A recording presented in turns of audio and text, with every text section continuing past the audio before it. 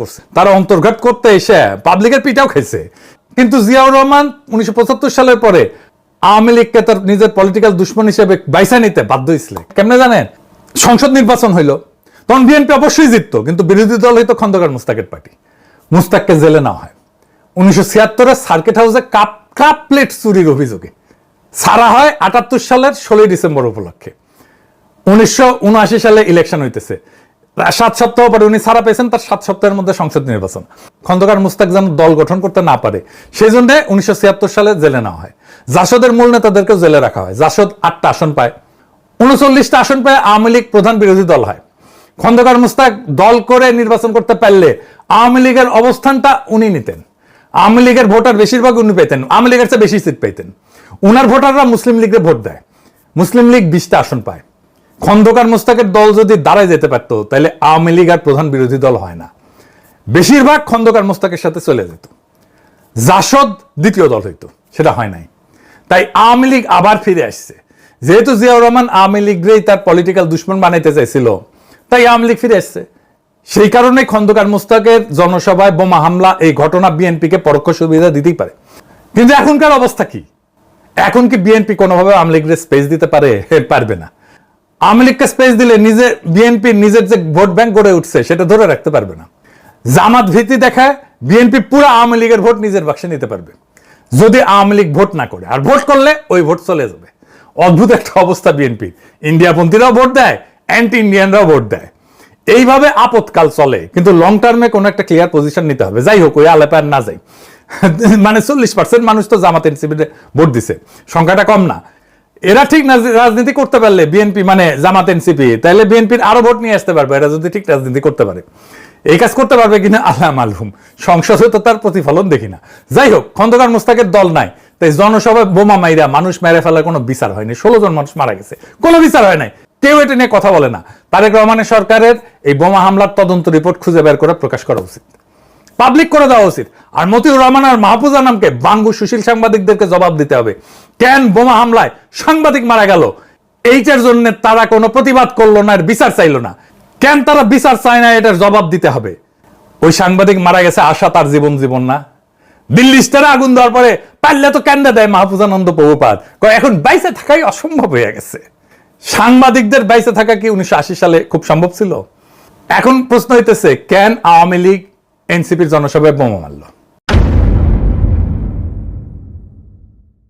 ইন্ডিয়ার হাসিনার ধারণা ছিল বিএনপি ক্ষমতায় এসে আওয়ামী লীগের স্পেস দিবে, এখন দিতেছে না স্পেস সেইভাবে। হাসিনা আর ইন্ডিয়ার মাথা খারাপ হয়ে গেছে, এরা নানাভাবে দেশে অস্থিরতা তৈরি করতেছে, টাকা পয়সা দিয়ে খুন খারাপি করতেছে। আপনি দেখছেন না, খুন খারাপি বেড়ে গেছে, কোনোভাবে সামাল দেওয়া যাইতেছে না। এগুলো হাসিনা টাকা দিচ্ছে, ইন্ডিয়া টাকা দিচ্ছে, টাকা দিচ্ছে। হাসিনা পালানোর পরে ডাকাতি করার কন্ট্রাক্ট দিছিল না, মনে আছে না? আর এনসিপি তো আওয়ামী লীগের 1 নম্বর শত্রু, ছোট দল, তাই এনসিপির উপরে হামলা করাটা তার জন্য সুবিধাজনক। হাসিনা আর আওয়ামী লীগের পক্ষে যারা ইনায় বিনায় বয়ান মানায়, পটকা তুষার, এনাস আলমগীর, পান্না পাঠা সহ যতগুলা সফট আওয়ামী লীগের আছে, এইগুলারে যদি থেরাপি দিতে না পারেন তাইলে এই ঘটনা চলতেই থাকবে। একেবারে রুলারের মতো সরল হয়ে যাবে। থেরাপি দিবেন, বোমা হামলা বন্ধ হয়ে যাবে, সন্ত্রাস বন্ধ হয়ে যাবে, বোমা হামলা বন্ধ হয়ে যাবে, আওয়ামী লীগের তৈরি করা ভাড়াটা সন্ত্রাস এটা বন্ধ হয়ে যাবে, দেশ শান্ত হয়ে যাবে। এরাই দেশকে শান্ত করতে দিতেছে না। আওয়ামী লীগ যেখানে মিছিল করবে, মিছিল দেখলে মারবেন ধাওয়া, একা হইলেও মারবেন ধাওয়া, দেখবেন আশেপাশের লোকজন এসে জড়ো হইতেছে। একটারে দুইটারে ধরতে পারলে একদম ট্যাঙ্গে রেখে থেরাপি দিবেন। একটা নিষিদ্ধ দল, তার থেরাপি দেওয়া জায়েজ আছে। আমি আশঙ্কা করি এরকম বোমা হামলা আরো হবে, ভয়ঙ্কর রকমের বোমা হামলা হইতে পারে, আরো বড় আক্রমণ হবে। আওয়ামী লীগ এটা করবে। আর এই বোমা হামলা থেকে এনসিপি কি মুক্তি পেতে পারবে? অবশ্যই মুক্তি পেতে পারবে, এটা থামাইও দিতে পারবে। আমি যে স্ট্র্যাটেজি দেবো এটা মেনে চললে এই আক্রমণ আর হবে না। সেই স্ট্র্যাটেজি ফলো করলে কেউ কখনো এনসিপির জনসভায় হামলা চালাইতে পারবে না, চিন্তাই করবে না বোমা টোমা মায়ের কি দেমু শিখে দেই শিখে। আমি এনসিপি করলে সাভারে যেদিন বোমা হামলা হইলো ঠিক তার 1 সপ্তাহের মধ্যে সাভারে আওয়ামী লীগের সবচেয়ে যে বড় নেতা আছে তার বাসাবাড়ি ধানমন্ডি 32 নম্বর বানাই দিতাম, আর ওই নেতার মরিচ পটকা ঢুকায় আগুন দিয়ে দিতাম, সারা বাংলাদেশ খবর হয়ে যেত। দ্বিতীয়বার কোনো বোমা হামলা হইতো না। এখন আমার ক্ষুদ্র ভ্রাতারা কইতে পারে, সাভারে তো আওয়ামী লীগের নেতারা সব পালাইছে, তাই কার মরিচ পটকা দিমু? যদি এটাই হয় তাহলে আওয়ামী লীগের নেতা আছে ঢাকায় সাবের হোসেন চৌধুরী ধরতাম, ও মরিচ পটকা ঢুকে আগুন দিতাম, ঢাকার এমবেসি পাড়ায় হাউকাও লেগে যেত, ওদের কইতাম তাহলে তুমি সিকিউরিটি দাও, নয়তো চুপ থাকো। হাসিনার টাইমে হাউকাও করছিলা, এত গুম আয়নাগর হইলো, খুন হইলো, একবারও তো চিল্লাও নাই। এত ভোট ডাকাতি হইলো, একবার চিল্লাইছো তুমি? মিয়া ফাজলামি। র্যাবরেকে ট্রেনিং দিছে, পশ্চিমারাই তো ট্রেনিং দিছে, একটা ঠাসি খেয়ে বসে যেত। সিপিবি নেতা ছিলেন জসিম মন্ডল, আমার জ্যাঠাদের সাথে রাজনীতি করতেন, রাজশাহীতে আসলে আমার কাছে থাকতেন মেডিকেল কলেজে। উনি যুবক বয়সে খুবই মাঠদাঙ্গা রাজনৈতিক কর্মী ছিলেন, উনি গল্প করছিলেন, আমি মনে হয় একবার বলছি, সিটি থেকে কইতেছি একটু এদিক সেদিক হইতে পারে, কিন্তু এর আগে নাকি সন্দেহজনক ভাবে ঘোরাঘুরি করতেছিল। তো এই বোমা কে মারিছে? আমি 99% শিওর এটা আওয়ামী লীগ মারিছে। কেন মারিছে আর কেন আমি নিশ্চিত হইলাম, আর তারাই যে মারিছে সেটা আমি আজকে ব্যাখ্যা করবো। এই বোমার ঘটনা শুনে পটকা তুষার কইছে এটা নাকি নাটক, মানুষজন আহত হয়েছে, সে কয় নাটক। কেমন জাউরার জাউরা দেন, সিল মেরে দেন রিতেশ সাহেব, জাউরার জাউরা সিল মেরে দেন। এই বোমা মারা ঘটনার তিনটা জিনিস ঘটছে, এক লাইট নিবানো হয়েছে, 2 নাম্বার বোমা মারা হয়েছে, 3 নাম্বার সাংবাদিক আহত হয়েছে। এই তিনটা ঘটনা অদ্ভুত ভাবে মিলা যায় জিয়ার আমলের দুঃখজনক একটা ঘটনার সাথে। আসেন সেই ভুলে যাওয়া ঘটনা নিয়ে আলাপ করি, বাঙ্গু সুশীলদের ডাবল স্ট্যান্ডার্ডটাও বোঝা যাবে। আসেন দেখি বাংলাদেশের ইতিহাসে প্রায় 50 বছর আগে কি ভয়াবহ একটা রাজনৈতিক হত্যাকাণ্ড ঘটেছিল।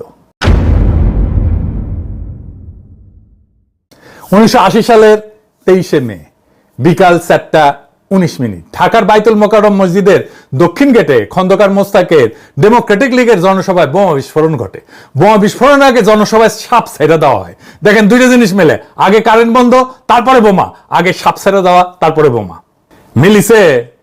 আরো একটা জিনিস আছে, সেটাও মিলবে। সেদিন বোমা হামলায় নিহত হয় সাংবাদিক মোস্তাফিজুর রহমান আশা সহ 16 জন, আহত হয় অন্তত 2 শতাধিক মানুষ। 16 জন মারা যায়। ওই সময় একটা রাজনৈতিক জনসভায় এতজন মানুষ বোমা হামলায় মারা যায় নাই। এটা নিয়ে প্রত্যক্ষদর্শী এবং মারাত্মকভাবে আহত সাংবাদিক এবং ছড়াকার আবু সালেহ সেই সময় দৈনিক দেশের সিনিয়র রিপোর্টার বাংলাদেশ প্রতিদিন একটা স্মৃতি কথা লিখেছিলেন। তিনি বামপন্থী রাজনীতির সাথে জড়িত ছিলেন, তার শরীরে 62টা স্প্লিন্টার বিদ্ধ হয়েছিল। সেই দিন যে নিহত হয়েছিল সাংবাদিক মোস্তাফিজুর রহমান আশা, উনি ছিলেন দৈনিক বাংলার এক নবীন রিপোর্টার।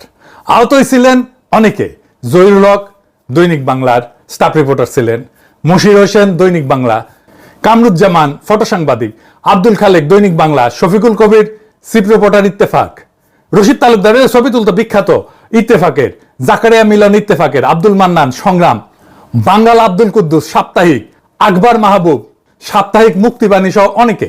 মোস্তাফিজুর রহমান আশা ছিলেন নবীন একজন সাংবাদিক, কেউই তাকে চিনত না। ঢাকা মেডিকেল কলেজের হাসপাতালের বারান্দায় কাতরাইতে কাতরাইতে প্রাণ হারায়, কোনো চিকিৎসা পায়নি। আবু সালেকেও মৃত ভেবে লাশের স্তূপের সাথে ফেলে রাখা হয়েছিল, কিন্তু সাংবাদিক মাহবুবুর রহমান এবং ফটো সাংবাদিক রশিদ তালুকদার তার জীবনের ক্ষীণ স্পন্দন টের পেয়ে তাকে হাসপাতালে নিয়ে যায়। দেখেন আর একটা ঘটনা মিলল, সেটা হইতেছে লক্ষ্য সাংবাদিক, যেন ইচ্ছে করে সাংবাদিকদের দিকে মারা হয়েছে। জিয়াউর রহমান নিজে তাৎক্ষণিকভাবে ঢাকা মেডিকেল কলেজে যান, বিশেষজ্ঞ ডাক্তার সিএমএইচ থেকে আনান, রক্তের ব্যবস্থা করেন। এরপরেও আহতদের দেখতে হাসপাতালে উনি নিয়মিত যেতেন। এডিটর সাহেব ছবিটা দেখেন, পত্রিকায় ছাপা হয়েছিল যে জিয়াউর রহমান আসছেন ঢাকা মেডিকেল কলেজ হাসপাতাল। ছবিটা একটু কেটে গেছে, তাও বোঝা যায়। তিনি আবু সালেহকে বলছিলেন যে ওনাকে বিদেশে পাঠানোর ব্যবস্থা করতেছে, কিন্তু সেই প্রতিশ্রুতি বাস্তবায়নের আগেই জিয়াউর রহমান দুঃখজনকভাবে শহীদ হন। যাই হোক, তদন্ত কমিটি একটা গঠিত হয়েছিল, বিচারপতি শামসুদ্দিন ছিলেন আহ্বায়ক।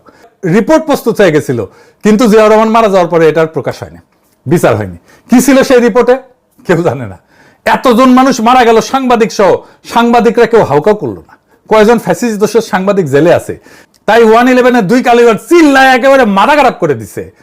লিস্ট দিয়েছি এবং সেখানে আমরা বলেছি যে প্রায় 282 জন সাংবাদিকদের বিরুদ্ধে বিভিন্ন ধরনের মামলা হচ্ছে এবং তার মধ্যে 94 জন হত্যা মামলার তারা আসামি হিসাবে। তো সেটা আমরা প্রধানমন্ত্রীর কাছে সেই লিস্ট দিয়েছি।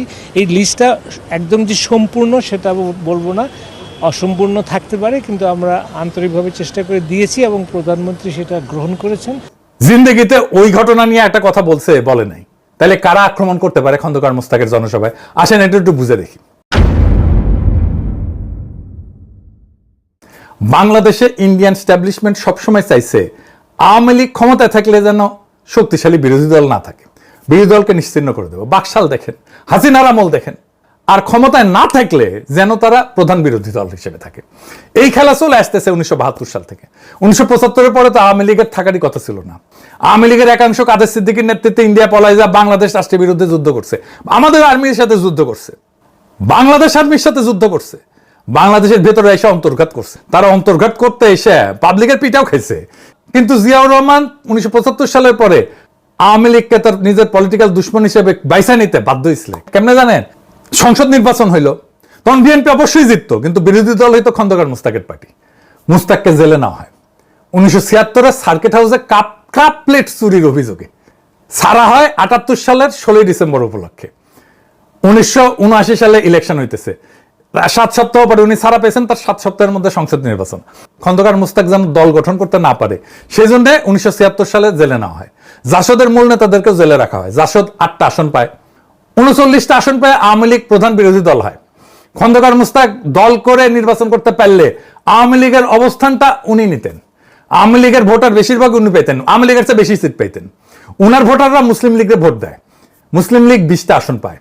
খন্দকার মুস্তাকের দল যদি দাঁড়ায় যেতে পারত তাহলে আওয়ামী লীগ আর প্রধান বিরোধী দল হয় না, বেশিরভাগ খন্দকার মুস্তাকের সাথে চলে যেত। জাসদ দ্বিতীয় দল হইতো, সেটা হয় নাই। তাই আওয়ামী লীগ আবার ফিরে আসছে। যেহেতু জিয়াউর রহমান আওয়ামী লীগরেই তার পলিটিক্যাল দুশ্মন বানাইতে চাইছিল, তাই আওয়ামী লীগ ফিরে আসছে। সেই কারণে খন্দকার মুস্তাকের জনসভায় বোমা হামলা, এই ঘটনা বিএনপিকে পরোক্ষ সুবিধা দিতেই পারে। কিন্তু এখনকার অবস্থা কি? এখন কি বিএনপি কোনোভাবে আওয়ামী লীগের স্পেস দিতে পারে? পারবে না। আওয়ামী লীগকে স্পেস দিলে বিএনপি নিজের যে ভোট ব্যাংক গড়ে উঠছে সেটা ধরে রাখতে পারবে না। জামাত ভীতি দেখায় বিএনপি পুরো আওয়ামী লীগের ভোট নিজের বাক্সে নিতে পারবে যদি আওয়ামী লীগ ভোট না করে। আর ভোট করলে ওই ভোট চলে যাবে। অদ্ভুত একটা অবস্থা বিএনপি। ইন্ডিয়াপন্থীরাও ভোট দেয়, অ্যান্টি ইন্ডিয়ানরাও ভোট দেয়। এইভাবে আপদকাল চলে, কিন্তু লং টার্মে কোনো একটা ক্লিয়ার পজিশন নিতে হবে। যাই হোক, ওই আলেপে আর না যাই। মানে 40% মানুষ তো জামাত এনসিপিতে ভোট দিছে, সংখ্যাটা কম না। এরা ঠিক রাজনীতি করতে পারলে বিএনপি মানে জামাত এনসিপি, তাহলে বিএনপির আরো ভোট নিয়ে আসতে পারবে। এরা যদি ঠিক রাজনীতি করতে পারে, এই কাজ করতে পারবে কিনা আল্লাহ মালুম। সংসদে তো তার প্রতিফলন দেখি না। যাই হোক, খন্দকার মুস্তাকের দল নাই, তাই জনসভায় বোমা মাইরা মানুষ মেরে ফেলার কোনো বিচার হয়নি। 16 জন মানুষ মারা গেছে, কোনো বিচার হয় নাই। কেউ এটা নিয়ে কথা বলে না। তারেক রহমানের সরকারের এই বোমা হামলার তদন্ত রিপোর্ট খুঁজে বের করে প্রকাশ করা উচিত, পাবলিক করে দেওয়া উচিত। আর মতিউর রহমান আর মাহফুজা নামকে বাঙ্গু সুশীল সাংবাদিকদেরকে জবাব দিতে হবে। কেন বোমা হামলায় সাংবাদিক মারা গেল, এইটার জন্য তারা কোনো প্রতিবাদ করলো না, বিচার চাইলো না। কেন তারা বিচার চায় না, এটার জবাব দিতে হবে। ওই সাংবাদিক মারা গেছে, আশা তার জীবন না।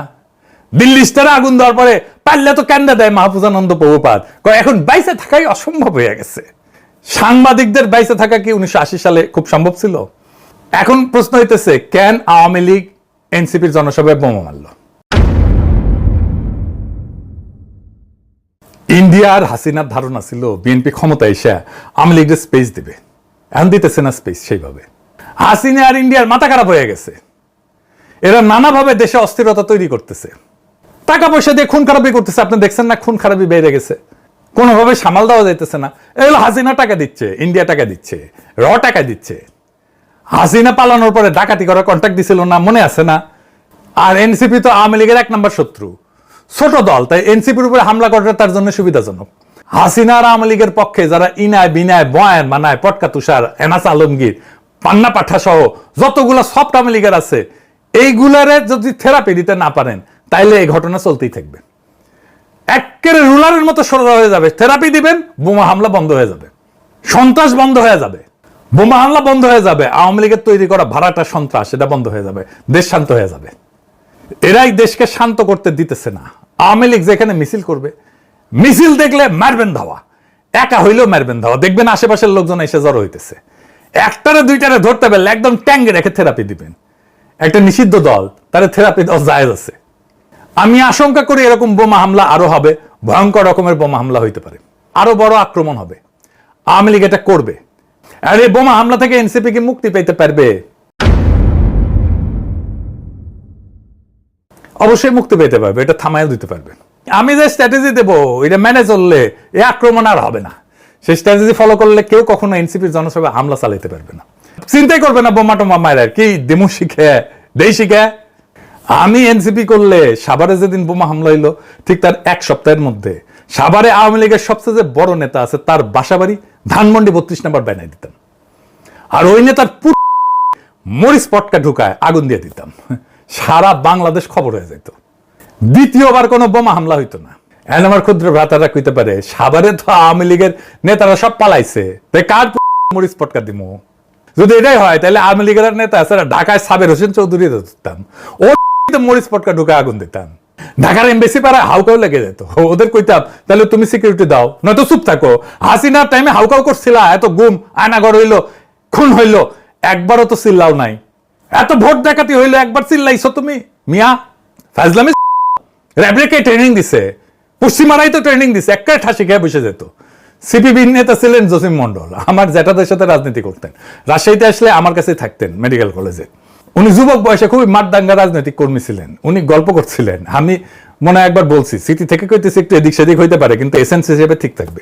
একবার এক দারোগা এক কমিউনিস্টে ধরছে, জসিম মন্ডল একাই গেছে থানায় গিয়ে দারোগারে কইছে, দারোগা সাহেব আপনি তো জানেন আমি কমিউনিস্ট, আমাদের কোনো সম্পদ নাই, টাকা পয়সা নাই, কোনো কিছুর জন্য বাইসে থাকার কোনো তাড়না নাই, একমাত্র বিপ্লব ছাড়া। আমাদের পরিবার বিপ্লবের রাস্তায় আমাদেরকে কোরবানি দিয়ে দিছে, আমি আজ মারা গেলে ওদের জীবন থামে যাবে না, ওরা জানে মারা যেতে পারে, লিল্লাই দিয়ে দিছে আমারে।